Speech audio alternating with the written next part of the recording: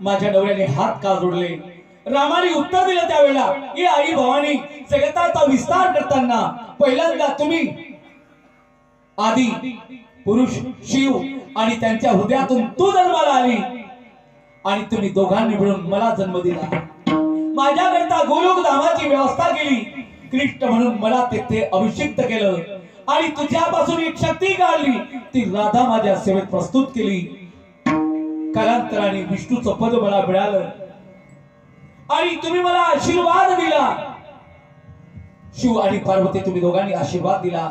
तू जगाचा देव होशील, भक्ताचं संकट निवारण करशील आणि जगताचं पालन करणारा होशील आणि सर्व देव तुझी पूजा करतील.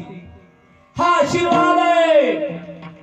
शंकराने मला वरदान दिलं आणि म्हणून शंकराने मला हात जोडले. माते, हे त्या प्रश्नाचं उत्तर आहे.